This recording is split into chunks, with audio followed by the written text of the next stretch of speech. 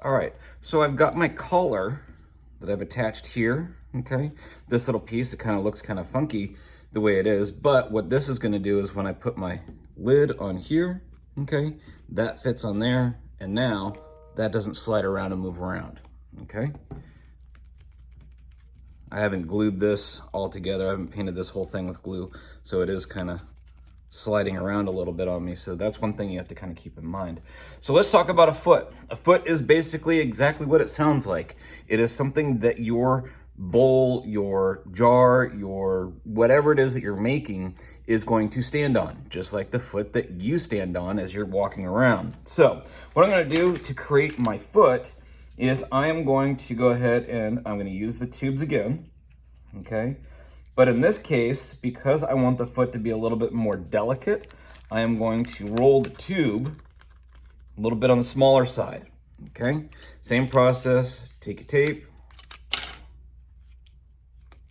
okay? But this time what I'm gonna do is I am actually going to flatten it all the way across, okay? So this is much smaller than the tubes that I was using before, okay? This is closer to the size that I was using before. Okay, so you can see that these are much thinner versus this one, all right? And then what I'm gonna do is this time, instead of rolling it really, really tight, okay, I'm gonna start off by rolling it a little bit looser, okay? Actually, I can roll it tight, and that's okay, because what I wanna do is I wanna create more of a loop rather than a disc, if that makes sense. So by rolling it nice and tight, what this will do is it'll condition the paper to go a little bit tighter. And I'm realizing that this is gonna be really difficult to turn, so I might change that up a little bit.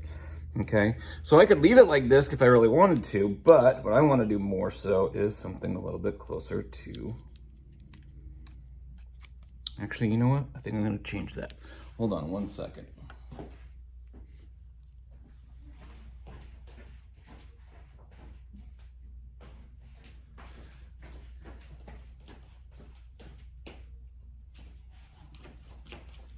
Okay, so I forgot to get my glue, but one thing that I was just thinking of, and I saw this in one of the videos, and what the person did is instead of wrapping it around like that, what I'm gonna do is I'm gonna use a Sharpie highlighter, and I'm gonna roll this around my Sharpie highlighter because I want that gap there. I want there to be a hole there. So what I'm gonna do is I'm gonna put a little bit of glue along the edge of that, okay?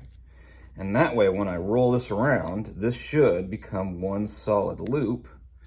All right, I don't know if you guys can see the glue that's in there, but now what this is gonna do is this is also going to give me that opening, okay? And I'm gonna glue this the whole way as I roll it. Now keep in mind, this is going to squeeze out a little bit and squeeze and run down a little bit, so you don't wanna use too much. I'm not trying to use too much there, okay? I'm trying to do this so you guys can see it. And just a little bit there at the end so that will piece on just like that, okay?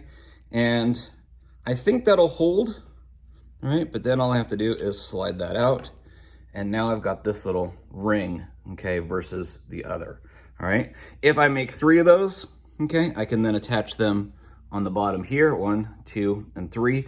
The reason I use 3 is because a tripod will always level itself out, much like the tripod that I'm using to hold my camera right now, okay? A tripod will always level itself out, so therefore I don't have to worry about one leg being too long and it rolling and rocking back and forth, okay? I'm gonna do this 2 more times, and then I'll show you how to attach the rest of it.